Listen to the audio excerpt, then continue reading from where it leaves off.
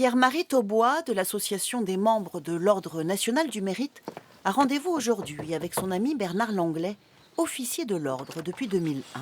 Bonjour Pierre-Marie. Salut Bernard, comment va? Très bien, entre, je t'en prie. Bernard, aujourd'hui retraité mais toujours actif, est ingénieur agronome de formation. Il fut agriculteur puis salarié d'un groupe norvégien dans l'agrochimie. Parallèlement, ce Saint-Cyrien, officier de réserve de la gendarmerie, œuvre dans les années 90 à la mise en place du corps de gendarmes de réserve, une force d'appoint majeure pour les missions de la défense nationale. C'est ce qui lui vaut d'être distingué par l'Ordre national du mérite au début des années 2000. Je le dis humblement, mais on est changé quand on se trouve appartenir à un ordre national, hein, et ça crée des devoirs importants. Et je le dis et le redis, c'est pas une position sociale, c'est vraiment un engagement. Et on est encore plus fort quelque part dans ces engagements dès l'instant où on porte à la boutonnière ce genre de choses, quoi. Une médaille décernée chaque année à 5 à 10 personnes dans la Somme.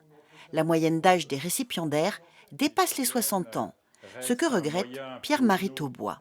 L'ordre du mérite n'est pas attribué aujourd'hui au même rythme qu'avant. Résultat des courses, les générations anciennes sont nombreuses au sein de l'ordre du mérite, mais les jeunes générations sont plus rares. Une distinction de plus en plus rare donc, mais Bernard Langlais, qui vit depuis toujours à Frise, se consacre à une tâche plus importante encore à ses yeux que la défense nationale, la préservation des zones humides autour de Frise. Magnifique. Ici, on est Natura 2000, on est Ramsar, on est ZICO, c'est-à-dire qu'on a des protections européennes, et SNIEF, donc tout est protégé dans cette zone. Il préside d'ailleurs le syndicat d'aménagement de la vallée de la Somme.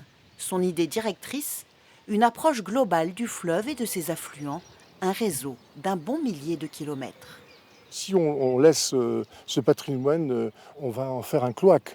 Il faut absolument redynamiser et c'est notre devoir, parce qu'il y a de l'érosion, du ruissellement, et il y a des limons qui viennent enrichir le fond des marais, et ce n'est pas le but. Avec la montagne de Frise, les étangs de la Grenouillère sont pour Bernard un lieu de promenade privilégié. Depuis 2-3 jours que nous étions là, le brouillard étoffait la vallée et on n'y voyait pas à 3 mètres. C'était un drôle de brouillard, tout en colonnes giratoires tourbillonnantes, qui s'élevait des marais et se résorbait en traînes flottantes, transparentes sous la lune, qui scintillaient dans les myriades de paillettes d'argent, accrochées dans les volets, et on pourrait comme ça continuer des pages et des pages. L'occasion de relire l'auteur Blaise Sandrard, qui passa une partie de la Grande Guerre ici, dans ce pays cher à notre lecteur. Est-ce que vous vous verriez vivre ailleurs qu'à Frise ? Non, c'est impossible. Bernard, chevalier et officier de l'Ordre national du mérite, porte en lui une même passion pour son pays et l'engagement, une force qui le guide au quotidien.